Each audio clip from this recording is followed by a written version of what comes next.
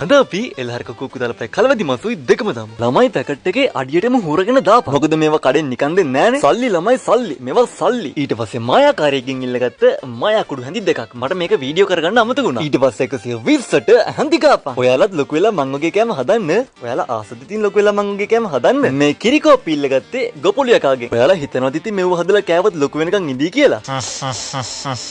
ඒ කපටි විදිහට hina උනේ. 120ට හැඳි ගාපන්. එතකොට මේ වගේ සෝස් එකක් හැදෙනවා. ඊට පස්සේ මේ වගේ පවුඩර් හැඳි කීපයකුයි ඒකට ග්ලූකෝස් චුට්ටකුයි දාගන්න. ඊට පස්සේ කිකිලිකින් ඉල්ලගත්ත බිත්තරයක් මෙහෙම දාගන්න. හොඳින් ඉල්ලලත් බිත්තරේ දුන්නේ නැත්නම් බෙල්ලෙන් අල්ලලා හොල්ලපන්. ඊට පස්සේ ආයෙත් 120ට හැඳි ගාගන්න. ඊට පස්සේ ජෝදාපන් ජෝ. ඊට පස්සේ 120ට හැඳි ගාගන්න එපා. මිශ්‍රණය තොපේ මූණේ තියෙන්නේ. මේක ෆේස් පැක් එකක් නෙවෙයිනේ. මේක කෑමක්. මම මේක හැඳි ගාගෙන එනකන් ගිහින් ලිපපත්තු කරපන්.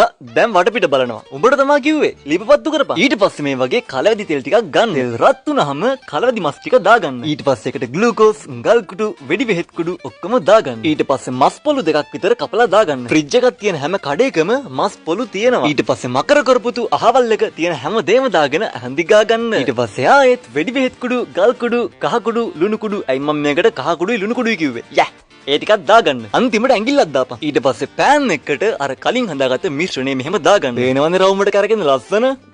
රවුමට. මම ඔයාලගේ මැසේජස් ඔක්කොම කියවනවා. පුළුවන් නම් Instagram එකෙන් මැසේජ් කරන්න. මට පුළුවන් එතකොට ඉක්මනින් රිප්ලයි කරන්න. ඊට පස්සේ අපි මුලින්ම හදාගත්ත සෝස් එක මේකේ ගාගන්න ඕනේ. ඊට පස්සේ වැම්පයර් කෙනෙක්ගෙන් ගත්ත ලේ. හරිම අමාරු වෙන්නේද මෙව්වා. ඊට පස්සේ අර මස් මිශ්‍රණෙත් මේකට දාගන්න ඕනේ. ඔක්කොම දාගන්න එපා. ගෙදර අනිත් අයටත් තියන්න. ඊට පස්සේ රෝල්. එහෙම කියලා මස් ටික එළියට පදිනකන් රෝල් කරන්න එපා. හරිද? ඒ වගේම මම ඔයාලට මාර ආදරේ. හේතුව වීඩියෝ එකට ගැලපෙන්න ඔයාලත් ආතල් එකේ කමෙන්ට්ස් දානවා. එහෙනම් ආයෙත් හම්බෙමු. See you bye.